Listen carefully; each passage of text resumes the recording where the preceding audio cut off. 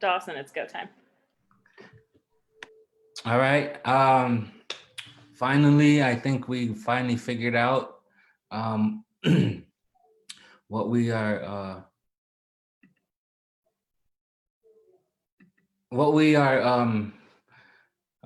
been trying to do for the past couple minutes here.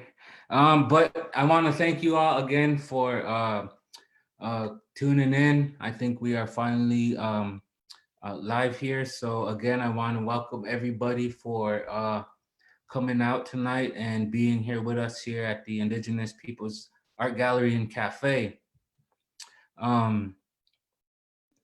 I want to thank you all for tuning in. My name is Dawson Davenport, your host for the evening. And I'm also the owner and creator of the Indigenous Peoples Art Gallery and Cafe, and also the creator of this stay-at-home poetry series. We hope that in light of what is going on with the COVID-19 pandemic, that this stay-at-home live virtual poetry reading series will provide some entertainment as we want to promote the message and idea of staying home. It is important that we protect our elders and young children. By staying home, we are doing that, and we are also helping protect those on the front lines, the essential workers, and particularly the healthcare workers. So tonight we dedicate this event to them because we believe that by taking action such as staying home, we are doing our part and flattening the curve. So again, this is a first time doing something like this. This is the first time that I put something together like this. A little history about the art gallery and the vision that I had for what we're here for tonight. This idea started over a little over a year ago, where I was thinking about what I wanted to do after I had graduated from the University of Iowa. I always liked promoting art and artists and found a little spot in Iowa City where I could do that. And because I was already doing events and hosting things around the city, it made sense to find a place of my own to showcase Indigenous artists exclusively. I also had been doing a lot of educating around Iowa City and Iowa about Native people, and particularly my tribe, the Meskwaki people, and just found that, I loved what I was doing. And so it just made sense to put it all together and in one space, which is the Indigenous Peoples Art Gallery and Cafe. So be sure to share and tell your friends to like and support the page. So with the current situation and the uncertain time frame, we wanted to uh, provide some kind of entertainment, with what's going on and everything that's taking place with the pandemic. Not knowing what's really going on, we wanted to kind of put something together and use what's going on with all the artists using social media, a virtual space to showcase our artwork. And so that's what I wanted to do tonight. And so I put together some uh, great young Indigenous artists to do our poetry and provide some music for you tonight. So with that, the goal and idea I had in mind is to just provide that platform and to provide some, some edutainment while we are going through this pandemic. And I thank you all again for tuning in tonight. Uh, Real quick, we're gonna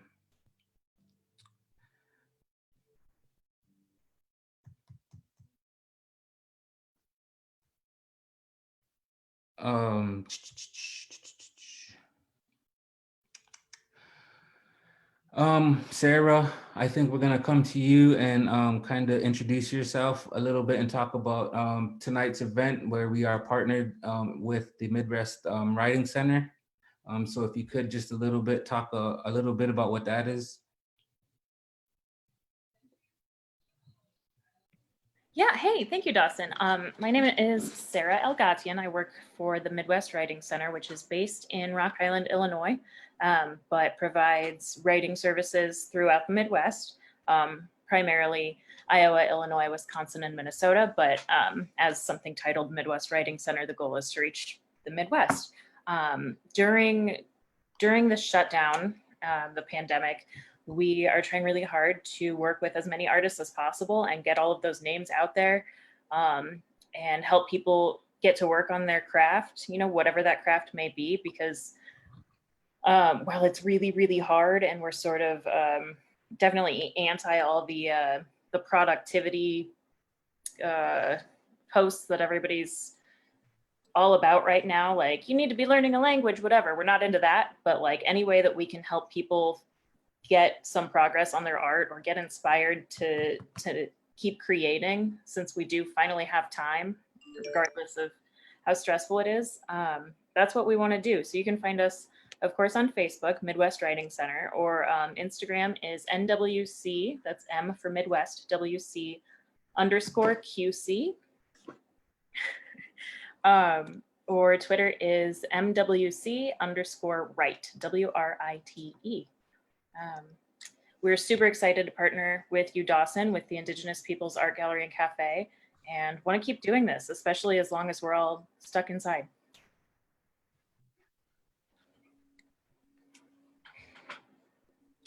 All right. Thank you, Sarah, for that. And thank you again to the Midwest Writing Center for being there and helping us do this tonight.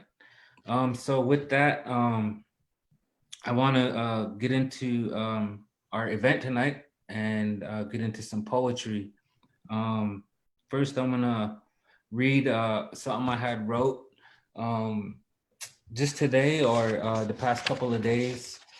Some fresh new stuff that I had been kind of putting together here for some of these events that we've been doing. Again, be sure to like the page, be sure to share it with your friends, because we got a lot more events coming up in the future. And so we want everybody to be updated on that. All right, so this first poem that I had written has no title.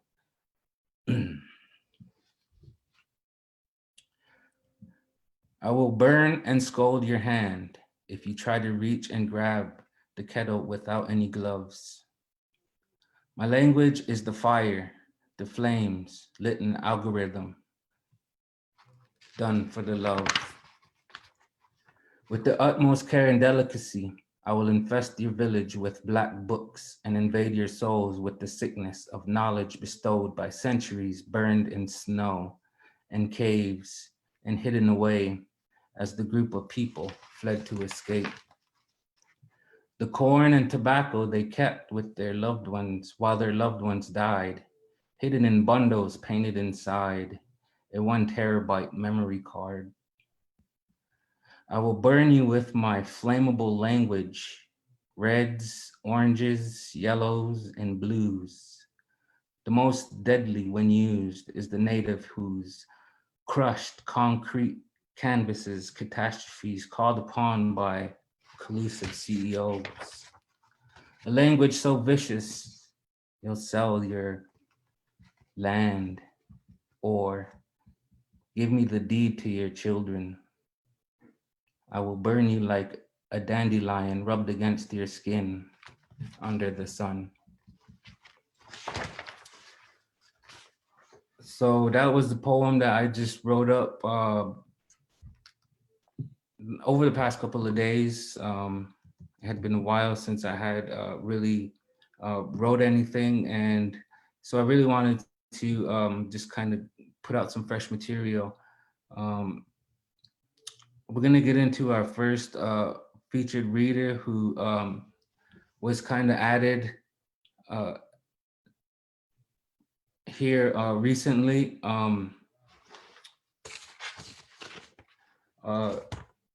We are very great and honored to have her here as part of this event. She comes all the way from the Southwest, I believe. So I want to introduce our first reader, Valerie Jackson. She's the mother of 2 sons and has 5 grandchildren. She is a word warrior from the Crow Reservation in Montana. Valerie holds a Bachelor of Liberal Arts degree from Arizona State University and a culinary certificate from Scottsdale Community College. Valerie writes poetry and is currently working on a memoir titled Of Blue Rock and Cloud. Lately, though, she is a bread maker and all-around uh, chief cook and bottle washer in her apartment community, feeding various neighbors and making masks. So without further ado, I introduce Valerie Jackson. Thank you. It's good to see all of you. With our technical difficulties, I think we've gotten it now. So I'd like to read you a poem called Rebirth. Dancing sparks from burning ironwood rush up, great stars in a clear night sky. Rocks awake and speak in flaming fire tongues. We, the pitiful children of our earth mother, crawl naked on hands and knees back into her dark womb. Brilliant sacred stones carefully placed with white deer antlers at each direction in the center pit. Gourd Dipper's gift of water hit white hot rocks with a spit and hiss, our prayers sent upward on clouds of fragrant steam. Ancient grandfather's glowing life transforms cedar and sage, purifying deeply with every breath, every bead of sweat. We seek birth within the protection of her sacred circle, offer blessed tobacco, prayers of thanks.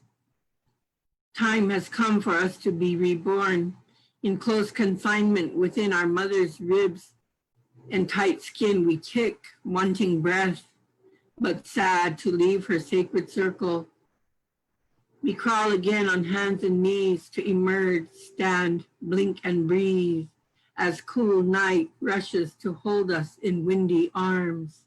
We are the children of our earth mother reborn. She delivers us into the world, another chance to walk the good path of our ancestors. The second one is called Sundance. And this is part of the religion that I follow and my family follows. My grandfather was a Sundance chief of the Crow. Sundance. My mind tries to convince me I do not remember ancient ceremony. The drum starts, voices begin to sing, my blood pulses, my heart and the drum beat in unison. Voices repeated in my head saying, you do not belong here, fade away. When women sing an octave higher behind the men in the drum circle, the gap that has grown between this world and me closes. Barefooted, we run toward the center pole and bounce step back. The wing bone whistle in my teeth screams eagle's voice. My heart understands the ways of a culture and a language my tongue cannot speak. I am home. The last piece I'm going to read you is the title of my memoir, Of Blue Rock and Cloud. A white snowflake lands on my face and melts away. On the distant southern horizon, beneath a layer of white clouds, blue layered on blue, snow-blanketed mountains dreaming of spring. Chokecherry branches, naked of their green finery, reach dry black arms skyward. Box elder seed pods rustle in the wind. Puffy chickadees take flight from barbed wire fence. Magpies and crows yakety yak, arguing for a piece of whitetail remains. Longing for Montana brings tears from deep inside me, for my father's cowboy hat cocked just so, a Marlboro clenched in sturdy teeth, grandfather's dimpled smile and gentle gray blue eyes, grandmother's deep-throated laugh as she told stories seated in her buffalo robe chair, and Mountain Bluebird, my mother, matriarch, has the mountain crow in me, the civilized, book-educated city dweller I have become, left behind the old ways to become only a shadow of blue rock and cloud? Thank you.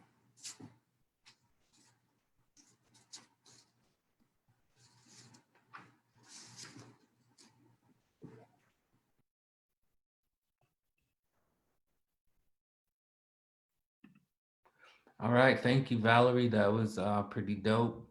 Um, Again, man, it's pretty awesome to be here and to bring us all together and to be able to provide this poetry from all different aspects and perspectives of life.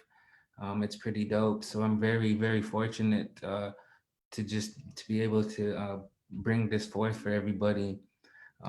It's really awesome. Again, I thank you all for tuning in. If you're just now tuning into the page, to the live stream, this is Indigenous Peoples Gallery and Cafe Art Stay Home Poetry Reading Series. We're partnered here with Midwest Writing Center, and that's going to be our next reader. So if y'all put your hands together at home for our next reader, Sarah. Thanks, Dustin. I'm going to read prose, but it's pretty short, so just bear with me. This piece is called Central Standard Time. According to Google Maps, I would ride my 10-speed trek 3.3 miles to your house every day when I lived at home. Life was such hell back then, remember, because I had to balance work and my parents and my time with you. We had that first fight because we'd never talked exes before, and I couldn't lie to you.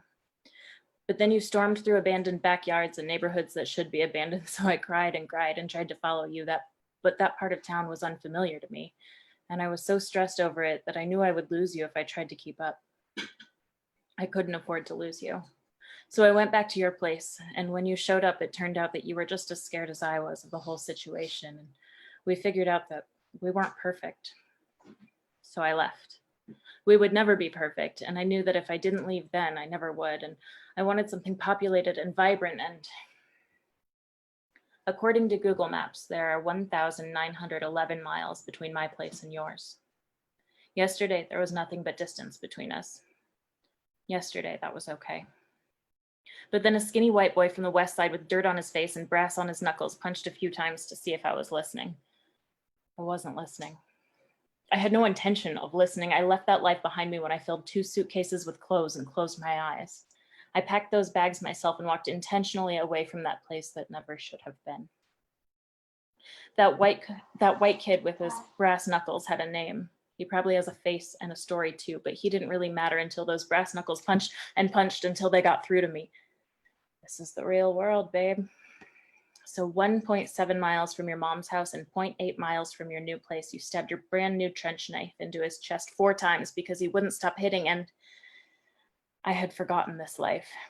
I forgot those empty streets and the violence that starts when it's after 2 and there's no more booze and you've spent too much time inside because of a record snowfall and your friend makes you get out of bed to go stop a fight and suddenly the person who introduced me to peace is holding a bloody knife and it's not just a pocket knife held up to a creep's throat as a threat to get him to take his hands off me.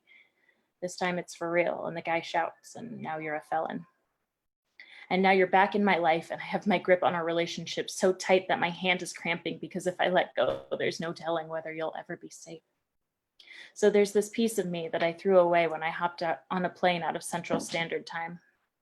And that piece of me knew how to react to this overexposed photo of you with the blank look of a criminal on your face and your head pressed up against a board counting off 70 inches behind you. Instead, I just stare, unsure of the reality inside this photograph. It looks like a soulless version of the guy who begged me to stay home in the roach-infested house neither of us could afford because he was too afraid to lose our love. It's a felony, stabbing someone, and I won't be any closer if you're taken away. I won't be able to protect you or tell myself you're all right. I'll probably just sit here like I do now, staring at the 2,043 miles on Google Maps because prisons aren't shown on Street View. But they wouldn't lock you up. They wouldn't break this grip I've reattached to you just to uphold a law. Laws take so little into account. They don't care that you were trying to keep brass knuckles from killing a friend. The law doesn't care that your eyes are like cola or that you love with your muscles. The law doesn't care that it could break a boy who would otherwise play a role in the saving of something. The law doesn't care that I love you every day from 1,911 miles away, or that I won't survive your incarceration.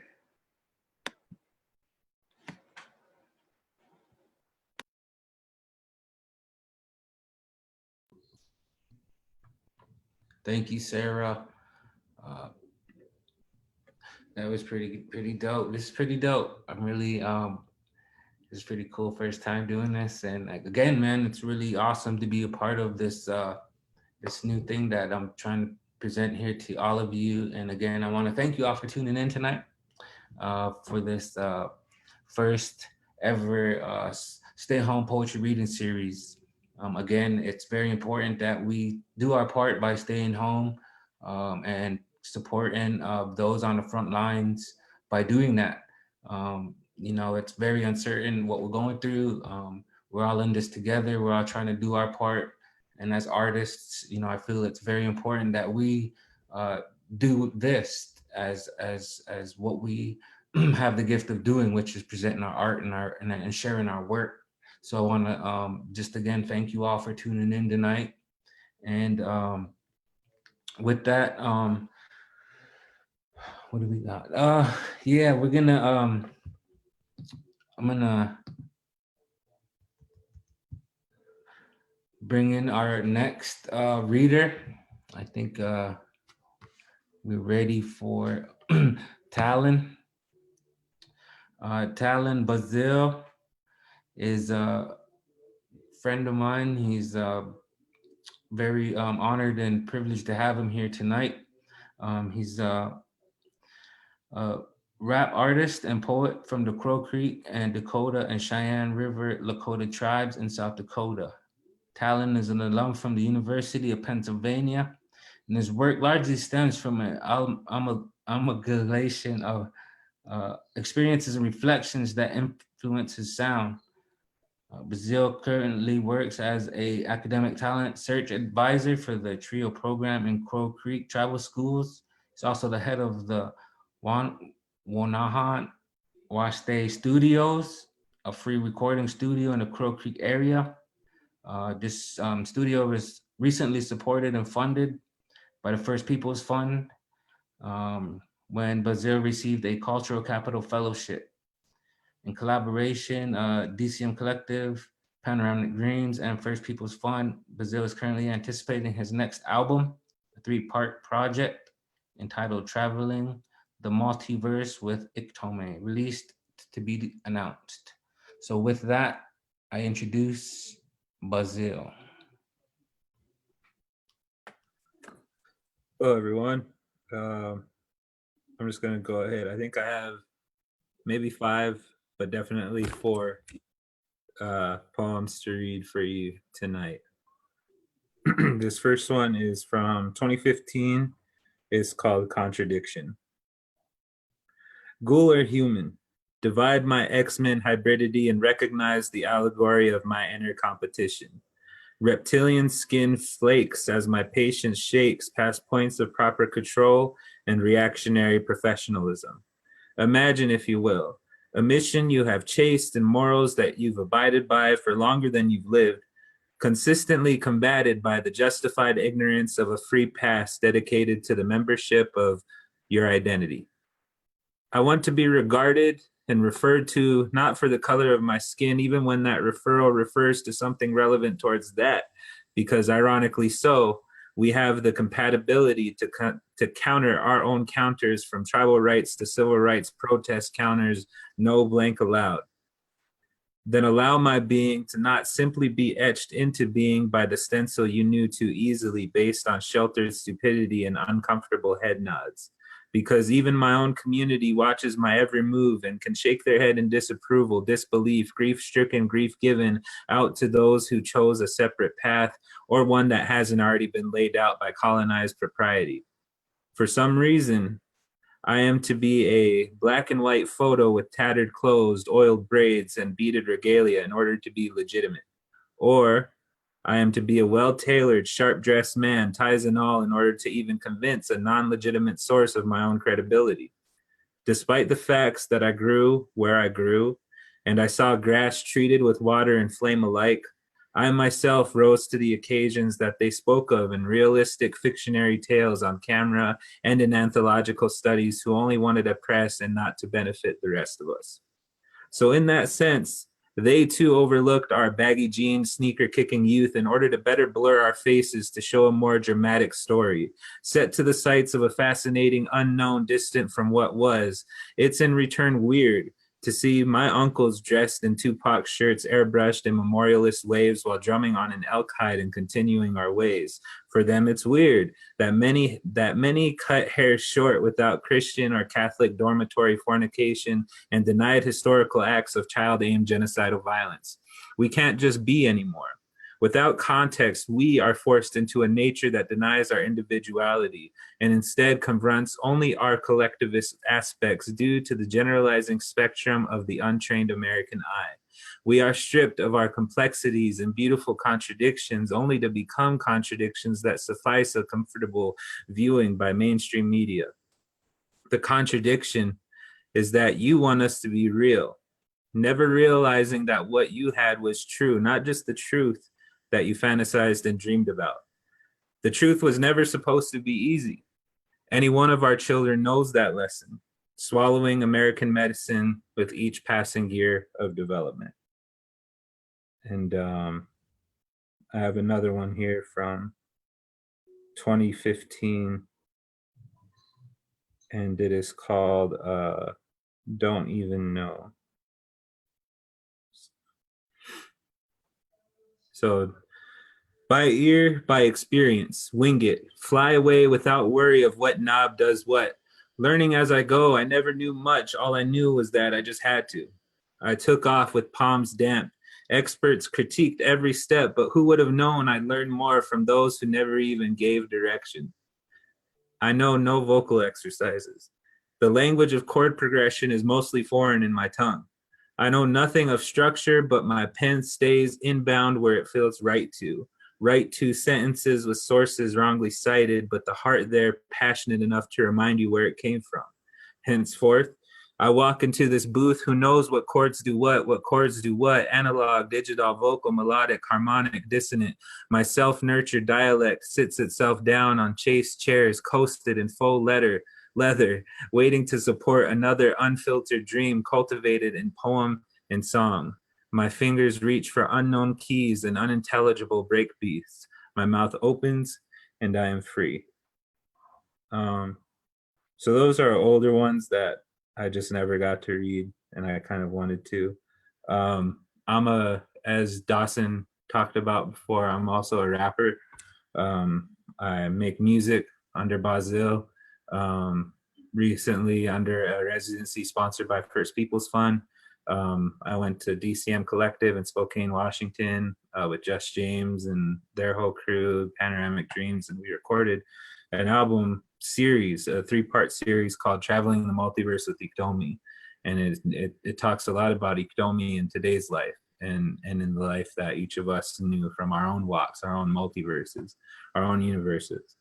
And this is a song that I wrote. It's my solo on the first album, and it's called Tears of a Clown.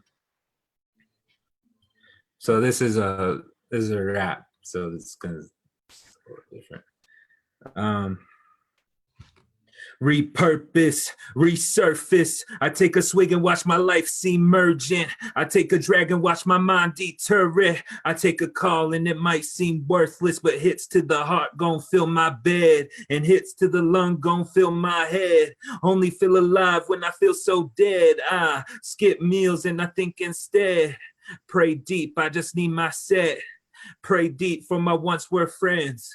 Pray deep for these kids in tests that them all gotta face. Why can't I pretend like they don't see mommy? All night zombie, night of the living dead, just breathe calmly. Talk back to this buster with the knife piece on me, but only if the fists don't solve the problem. You know I caused them. Pray to God, send me ahead just to rip one off, cause ain't nothing working, how could I be wrong? When I know you're hearing every goddamn song. I ain't felt much in so damn long. I ain't need help, I just need these songs filled with the psalms that my palms dreamed of. But now I'm all alone and I just need blood. But now I'm all alone and I just need love. Matured around thugs, I must be one. Screw up amongst the best so I can't detest. 51 bad nation till the death. Down the brand right now or after the sesh. Flip a mid hit, no taking a breath. 20 on the plane to Philly, planning my return. Before I seen the show, I had known of Heisenberg. Before the snow was blizzarding like how it is today. Cause honestly, this life has kinda always been this way. Praying for the demons to relinquish every soul, knowing damn well that that soul could be my own. Holding on this phone, welcome to my quaint abode. Sorry, this whole place a mess, it's disrespect, I know. But we ain't got the time to clean this home before you showed. Cause auntie had just died last night, that's just what I was told. Holding on this phone, shaky, let me show you round. This my younger cousin's room, he's always sleeping now.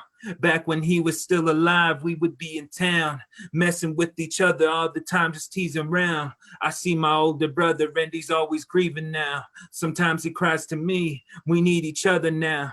Always been that way, so till the death I'll hold him down. Now walk this way, there's just a couple rooms up in this house. Sorry for the bags, I'm just used to moving out. Sorry for the dents that I had left upon the couch. I've been surfing crazy and it isn't even summer. Pipe dreaming, heavy scheming, I ain't even plumber. Still get down and dirty just to maintain all my numbers. Cause poverty taught me to be a budget boy wonder. Had me feeling superhuman back when I was younger. Had my friends believing that I ain't know the hunger. That's why these ones that scheme on me can't dangle chains in front of me. I ain't carry nothing on me, not ever what they wanna be. What they wanna be.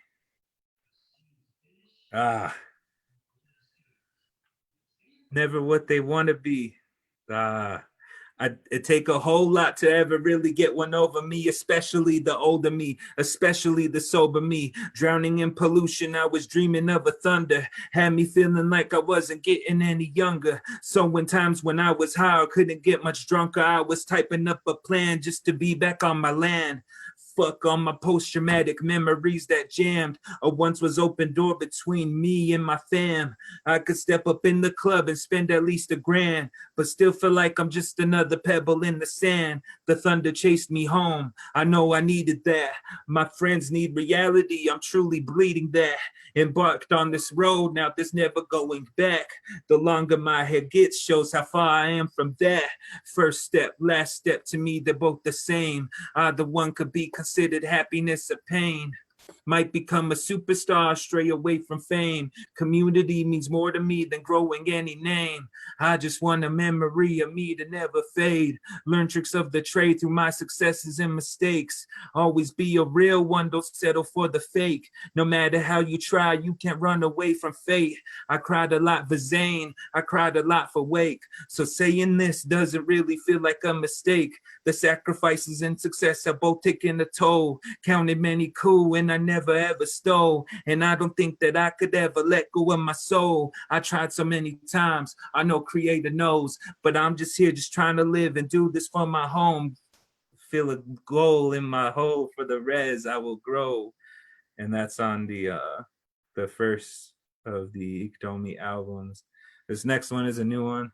And the last one is a new one. I'll get through these real quick. This is called Hope in a Big Mac. For years and what felt like eons, I have felt alone. Until Tony among friends gave me knowledge to take home. He said, watch that documentary Rumble. What I'm telling you is true. For this documentary features artists just like you, native to the bone. And what is not largely known is that they were some of the most iconic artists the world would ever know. I am not alone. My art is native, not because I make it that way, but because my way is that way. And I can divert from painting my sonic canvas using only black, white, red, and yellow colors because my vision takes a journey full of more spectrums with Hendrix in the mind. Buddy Red Bull passion as I speak my every line. Acid tab bandanaed on my forehead. This is my quartet. My veins consist of ancient memories many would rather forget. But my protest is that neither reason used is worth the loss of a format. But the sounds are my Rorschach. I search for every corpse as if they were doormats, shouting welcome. Our victories and losses have fertilized your sanctum. We are still here to pray, so pray pray to Creator and thank Him. There are many problems in this world and time has rearranged them. Do not nestle fear as if it could ever place you into make-believe safety either mentally or in the nature of the physical world, because your spirit is the most important thing to protect on this earth. Say word and we will be there to help shield you. So never be afraid to show this country the real you. Never allow evolved oppression conceal you. Instead, look back on our tears and shed yours to help heal you. Walk with love in your heart, no matter how much they ill you. Forever offer blessings even when they tried to kill you. For you will both be in the next, even when death is the next step. And you'll find that all the time was merely seconds that you have spent compared to the marathon of equality that exists within the cosmos. May you order peace into your life, and may it be as easy as ordering a fast food combo. Okay, last one, and this one's written. I'm sorry, I talk a lot. This is all just brain vomit.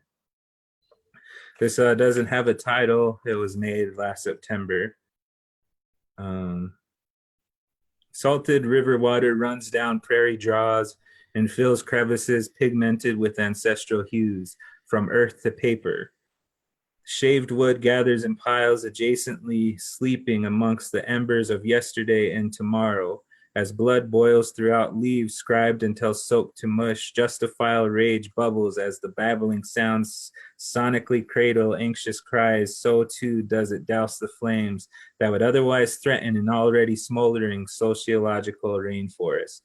Amazing how a blindfolded balance could be distorted with delusions that last generations and more, until magicians can run rampant within a circuit board of tricks, reprogramming digital realities inside a once always reprogramming digital realities inside a once analog fluent world. Our sockets used to be sold separately when compliance involved consent, and a freedom I've never known ensured and ushered us of our safety, our respect, our love, and our unconfined ways. Thank you, and thank you, Dawson, for inviting me. Awesome. What do you think, people? That was pretty dope, right? So again, thank you, Talon, for your beautiful words. It's always been something I wanted to do, was for you to showcase your words. So again, thank you all. Thank you all for tuning in. If you're just now getting on, we are doing this to kind of promote the message of staying home. So you're tuned into the Stay Home poetry reading series. Again, I want to thank everybody for being a part of this, and for Midwest Writing Center for being a partner with this. And so again, we had a great lineup. We have a great lineup for you tonight, and we want to continue to keep doing this. So if you would share with your friends and your relatives, and tell them to subscribe to the page, to like the page, and stay tuned for more events we got coming from the Indigenous Peoples Art Gallery and Cafe. Before we get into our next reader, I want to kind of read a little poem that I had written just before we got this event going. Just a real quick little poem I wrote. Not all natives wear headdresses. Some of us rock new era fitteds, slanted with a twist.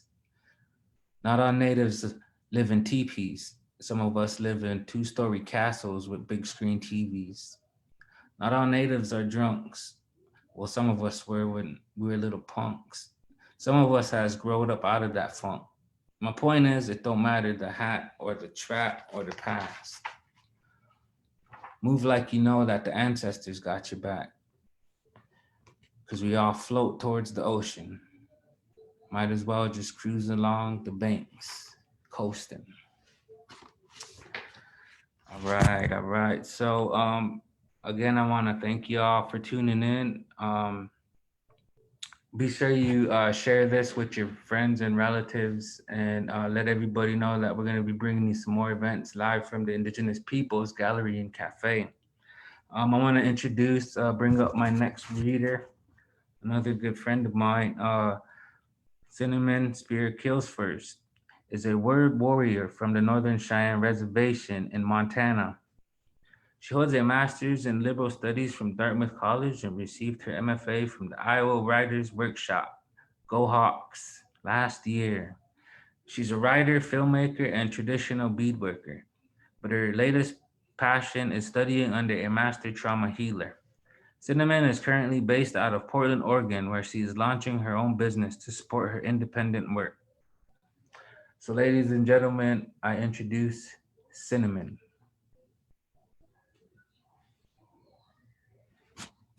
My name is Cinnamon. My Cheyenne name is Little Woman. I'm Northern Cheyenne. I want to first speak my language as a way to decolonize space. Even this digital space that we've created here, I think it's important to bring our Indigenous language in and share that with anyone who's watching and anyone who watches this in the future. Like Dawson said, my name again is Cinnamon Spear Kills First. I pulled a number of poems to share with you guys today, and I didn't really realize in doing so that they're almost a chronology of like Native studies or like Indian history in this country. So the first one I want to share is called January 9th, 1879. I titled it The Date of the Fort Robinson Outbreak that my ancestors took part in. I wrote this poem in honor of them. And if that event didn't occur in history, then we might not have our homelands that are recognized in Montana today. So this sacrifice that they put forth was essential for us to have a home today, our homelands. So this poem is called January 9th, 1879. My ears have heard the stories. Cheyenne spirit knows the pain. Forced removal from homelands. Government imposed imprisonment. Our chief said, I do not want blood spilt about this agency. If you send your soldiers, first, let me get a distance away. No more spinning in a single ray of sunlight or warmth. Scraping frost off windows for water. Eating leather moccasins for food. Melodic voices fill locked wooden barracks. Suicide songs, our journey song. Freeze, starve, die, imprisoned, or fight. Middle of the night. Stars witness dark escape. Run. Don't look. Don't stop. Run home. Glass shatters. Windows birth women and children. Trained not to cry. Rifles sound. Fresh blood, white snow, death on a doorstep. Fleeing for the future. Each footstep etches freedom. Lovers cornered, almost captured. You shall not be taken south, as he plunges knife into wife's chest. Headshot, both saved from surrender. Children hide in the last hole, for all were shot, point blank. Youngest, 2 years old. But as you hear this history, my heart beats this history. And as you walk this earth, we walk this hurt. So please remember, we will never forget. So that's one. The next poem is about this very sticky, messy subject of blood quantum. This poem is titled Blood. So you would deny yourself your heart if you fell in love with a non-native? Well, yes, I'd have to. Not for me, but for my unborn babies. And their babies, who will grow to be women, and two will have to choose. These numbers, 5 30 seconds, 7 30 seconds, fail to sing the songs, to speak the language. These numbers, 35 64ths, 53 64ths, fail to reflect our hearts, to capture our essence. They are white forced dilution. We must do fractions before we multiply. Calculate the blood of your grandchildren's children. Selfishness doubles the weight of your daughter's burden. It's not about race. It's about legality, a right to the roll, a right to the land. Native hearts torn, blood, love or legitimacy, passion or preservation. We must choose because these numbers fail.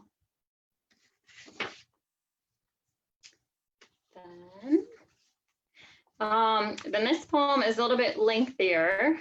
So we kind of covered how my people were free and then in prison, no longer free, had this colonial system of blood quantum put upon us, and then forced to reservations, with all that historical trauma that then occurs after people are facing genocide and trying to survive by all means necessary.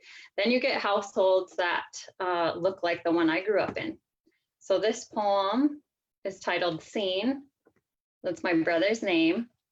And it goes like this. This poem is for my brother who taught me that G.I. Joes and Hot Wheels were much, much cooler than Barbies.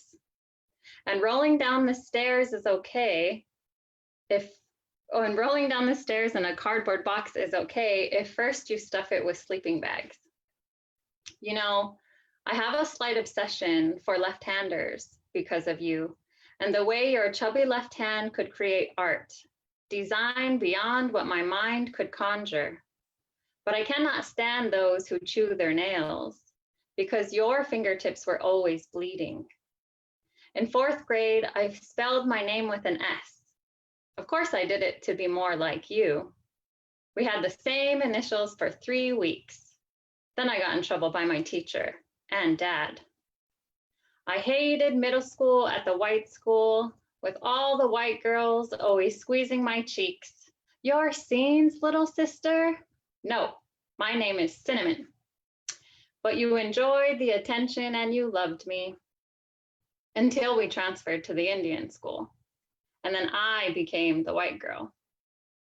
You denied me once on the bus after school, I remember. It broke my heart, but I understood because you finally fit in. I love the picture that held your presence in the house, the one on the fridge of you and your shades with that smile, playing the unplugged electric guitar.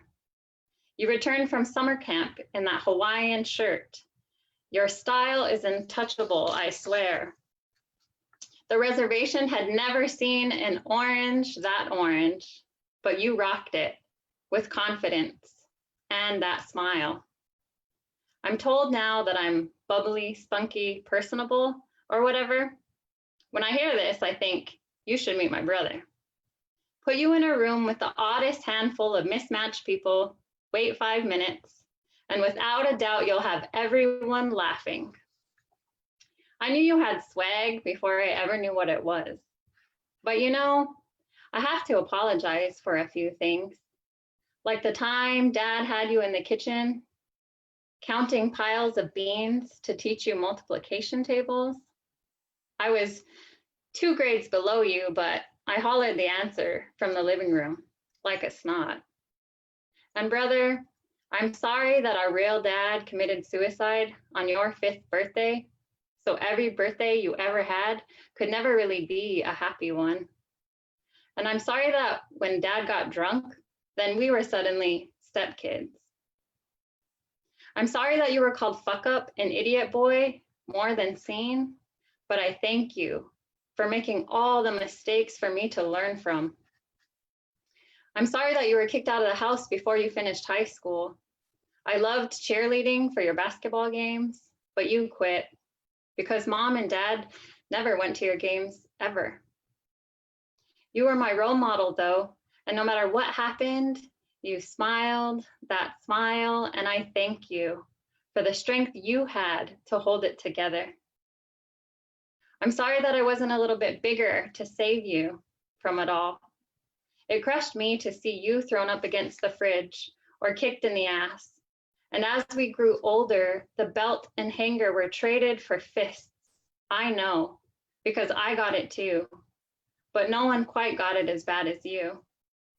Remember those nights we spent on the rooftop under the stars? I thank you for tying the rope around the chimney so we could escape and climb up there together.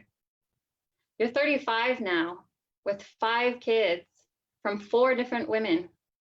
And I admire you for trying to go to college, and I'm happy that you have a job. But I want you to know that just because he told you you were a fuck up doesn't mean you are. And I'm sorry I never said it sooner, but I still look up to you, my hero. The light in you is beautiful. And I ask of you one thing: find the strength to keep it shining, because the world loves it, and your little sister loves you.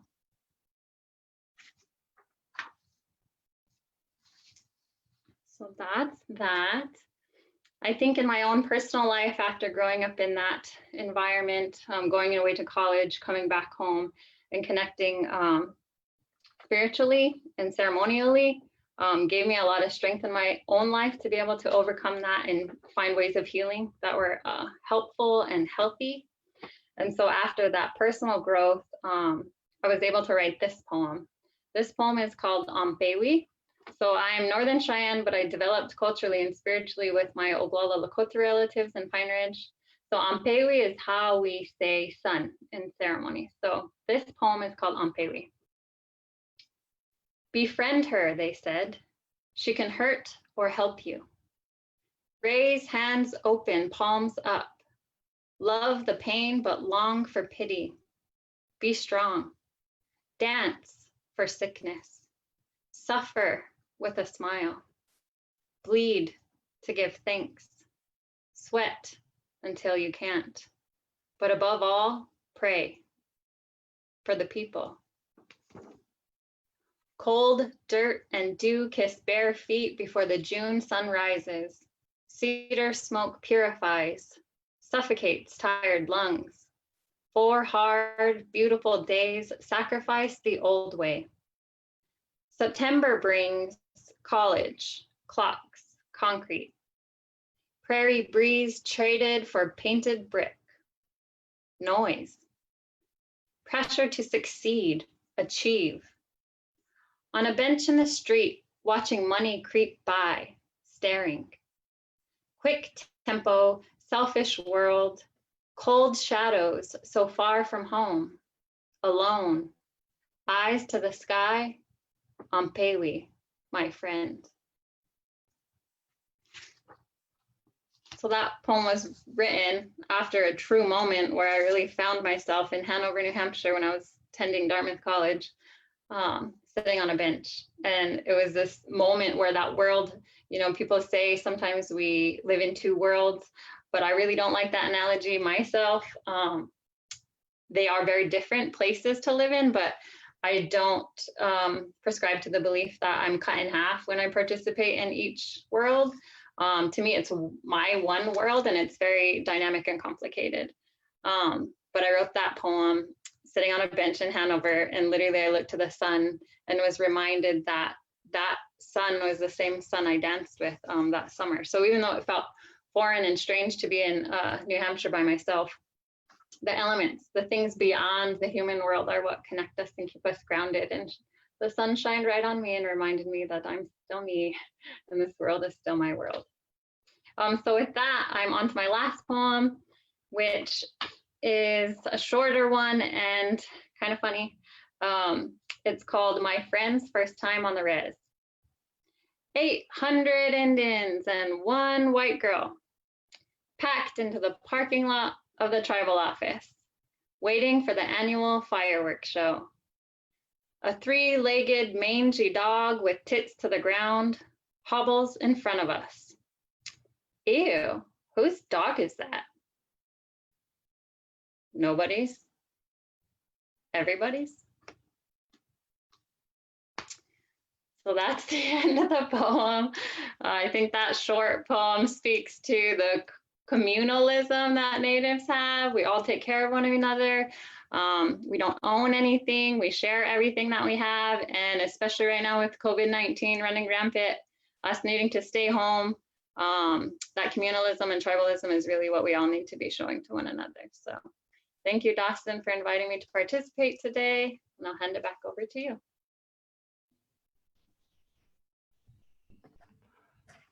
All right, awesome. That was pretty dope. That was pretty dope. So those of y'all just tuning in, that was Cinnamon Kills First.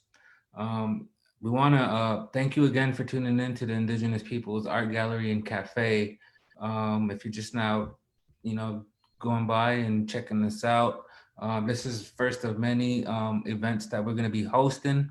The Stay Home Poetry Reading Series is something that we are putting together to help spread that message of doing our part as young people to stay home and try to flatten the curve and give a little bit of help to some of the healthcare workers who are on the front lines taking care of those people who are being affected by this disease or this virus. So we want to thank you for tuning in and for being a part of this unique event. So we got a lot more coming up, so share it with your friends and relatives.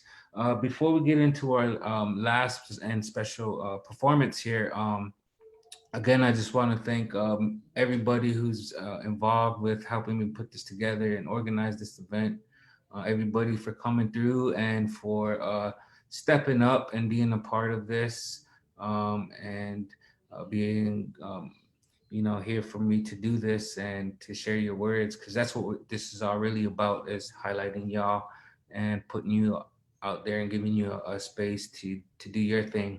So before we get into our last performance here, I want to just share this poem that I wrote. It's very quick, very short. From the time we took out mammoths and giants, we always been defiant about our lands, our ways, and still today we strive to pass on the wooden bowls we eat from, the wooden spoons carved from centuries of knowledge. We teach our children of the hatred and carnage that fell upon our people and how we still here, eating from our wooden bowls, our women still humming our songs and our chants still being sung, fire still lit with flint, hands still beating the patterns mothers have used when we danced for plants and paid homage to the waters that bathed our sons and daughters in the womb of worlds and prayer. Awesome. So that was a little poem I wrote a while back for some things that we were doing up in Iowa City. Again, go Hawks. But before we get into our last and final performance, I just I can't thank everybody enough for just being a part of this. If I could, I would, definitely show you all my love. But again, this is really just kicking back and watching you guys do your thing is really awesome. So for those that are tuning in, you're missing out. Share with your friends and your people. We're gonna have some more events coming up. So I'm gonna introduce our last and final performance for the night. Coley is a descendant of the Hoopa, Yurok, and Kurok tribes of Northern California. Coley's warm personality shines through her songs. Coley creatively engages the listener by braiding together catchy tunes, intriguing metaphors, and unique timing. Blending her clear voice with the harmonious sounds of ukulele, guitar, and piano, Coley burns across the lines of pop, country, and folk. Coley began her songwriting career at age 8 when Native News awarded her Native Voice of the Future for her song, Christopher Columbus with the Big Butt, known for its great hook and listeners of all ages. She performed regularly at Hawaiian Brian's when she attended the University of Hawaii and the open mics across the country and the world. She has performed across the country in Nashville and around the Bay Area. Coley's most recent audience are the special education students whom she has taught for the last several years at Oakland High in California. So without further ado, I introduce Coley. Yay! Thank you so much, Dawson. I'm so honored to be a part of this. This was so awesome. Everyone, all of the poems and poetry was just beautiful and amazing. The rap, it was awesome. This has just been a really great time. So thank you, Dawson. I want to, of course, acknowledge the land that I'm on. I flew back from Nashville for this whole coronavirus thing to Northern California, which is why it's sunny here. And I just want to acknowledge the land that I'm on. I'm on Maidu and Nishanan land. So I appreciate being on this beautiful land and having the opportunity to sing some songs. So I'm going to sing, this is one of my most recent songs that I've written. And it talks about missing and murdered Indigenous women and how that's a huge issue in all of our tribes. And so this is Have You Seen My Sister?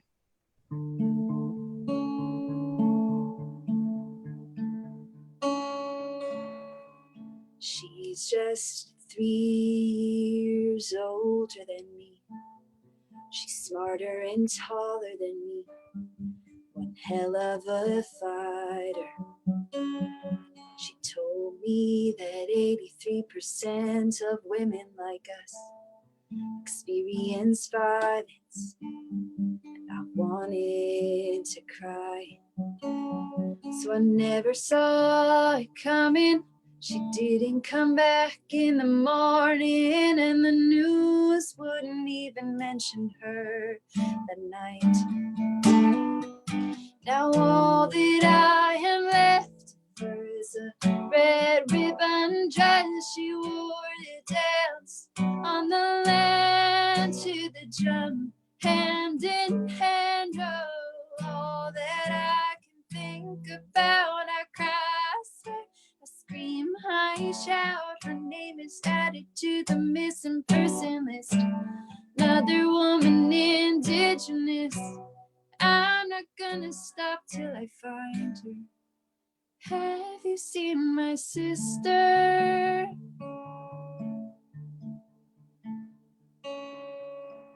Bruises and clues lead to it.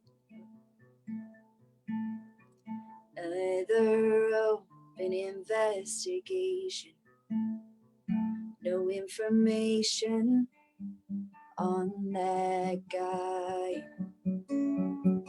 Bruises and clues lead to a dead-end road. I know how the story goes on genocide. Now all that I am left for is a red ribbon dress she wore to dance on the land to the drum, hand in hand. Oh, all that I can think about, I cry, I swear, I scream, I shout. Her name is added to the missing person list. Another woman, Indigenous. I'm not gonna stop until I find her. Have you seen my sister? Oh, oh, have you seen my sister?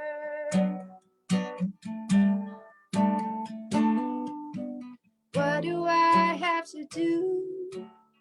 Help us see the truth about our mothers, cousins, and lovers lost in every tribe. Now all that I am left of her is a red ribbon dress she wore. Oh, and all that I can think about, I cry, I swear, I scream, I shout. Her name is added to the missing person list. Another woman, Indigenous. I'm not gonna stop till I find her. Have you seen my sister?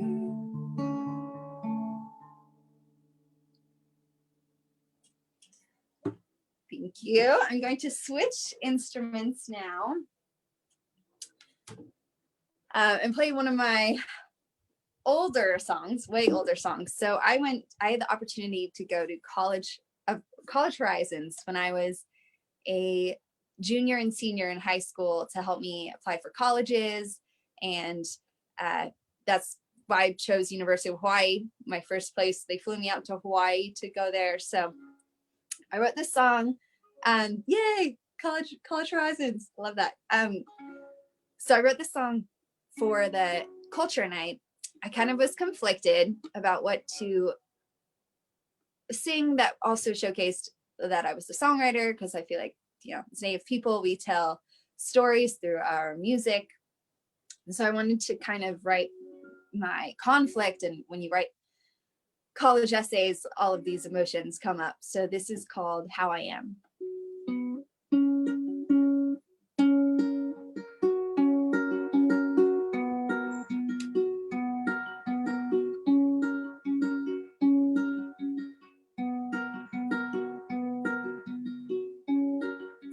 If the mirror should fall, maybe superstition better than reality.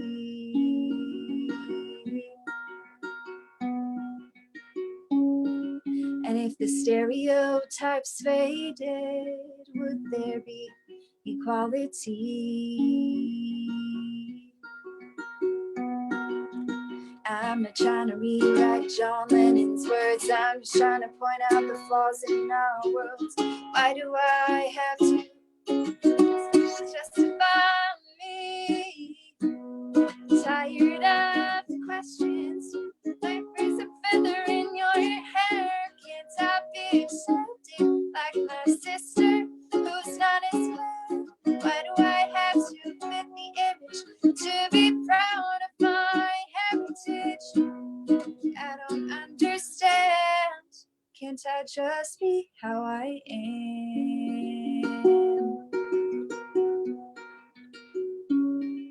So my European highlights cover up my native side.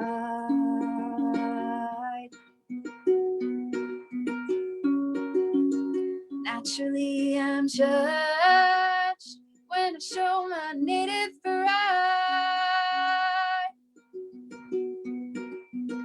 I'm involved with my tribe, though my hair is not dark but light.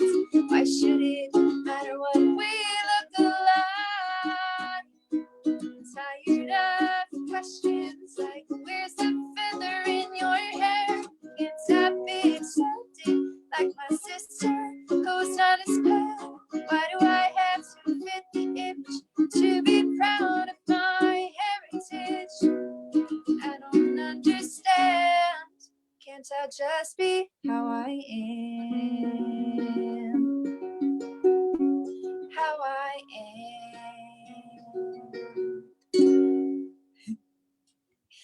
Thank you. I actually just released my album a year ago, and that is the title track, and it's also on there. So if you want to listen to that, you can. And I'm gonna actually call on my sister, who was at Standing Rock with me when I met you, Dawson. Yay! So full circle. And she's going to she's gonna sing. We're actually gonna sing a Eulali song because we grew up singing Eulali songs and we love all other songs, but we thought this one would be a cool one to sing. Maybe you should sit back. Can they see you? I don't know if they can see your head. Okay, yeah. So this is Museum Cases. Okay.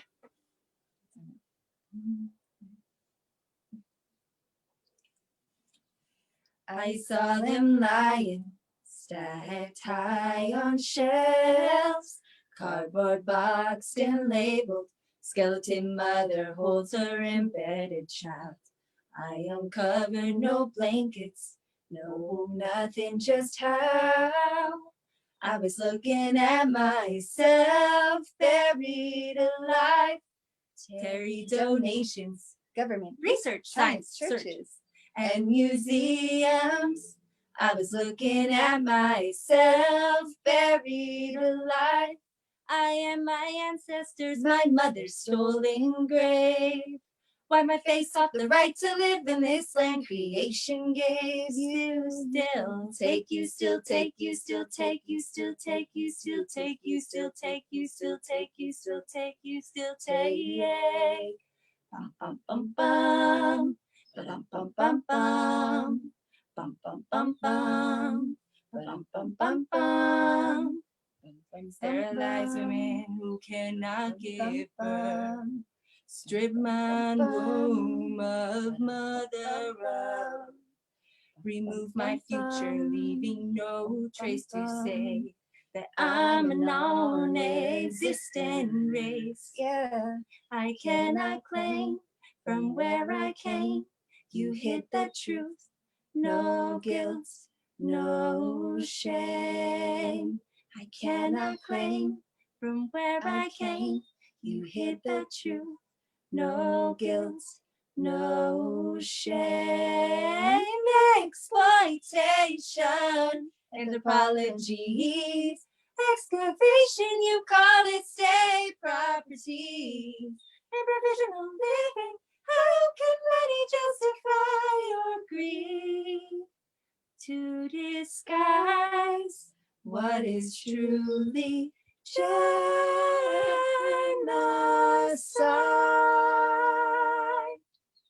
I cannot claim from where I came. You hid the truth.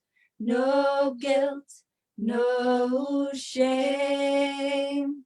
Whoa. Thank you, Dawson, for having us. Thank you so much.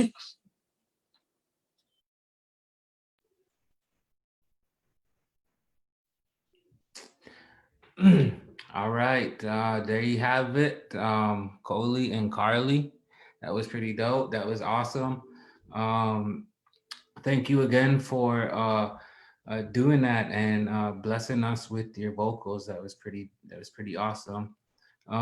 So again, I want to just kind of conclude this event just by thanking every one of the artists for being a part of this, for doing this, and for helping me try to get this vision out of what I wanted to do with this art gallery and cafe. Something I've been really working on and I've been passionate about. So please stay tuned and stay updated for a lot of the things that we got coming up. We'll have some art auctions, some art live paintings and other things going on. So we'll have some more poetry readings, some more Indigenous artists coming up. So be sure to tell your friends and share the page with everybody because we got a lot of things coming out. Again, I just wanted to stress and reiterate the message of staying home, taking care of yourself and your relatives, your elders, your young children, and do our part just by staying home and trying to flatten that curve because there's healthcare workers out there are really struggling. They're not getting that much help. And, you know, as Native communities out there, we don't always get all of the support that we need to deal with these things like this. So something simple as just staying home. So every Saturday night, I'm gonna bring an event, poetry and some music. So we can all just kick back and relax and enjoy some stories and poetry from some really dope Native artists. So again, I want to thank everybody for tuning in. Thank you, Sarah and the Midwest Writing Center for partnering with me on this. And again, there you have it. Thank you, Valerie, Talon, Sarah, Cinnamon, and Coley, and Carly. There you go. Stay home poetry reading series. Have a good night.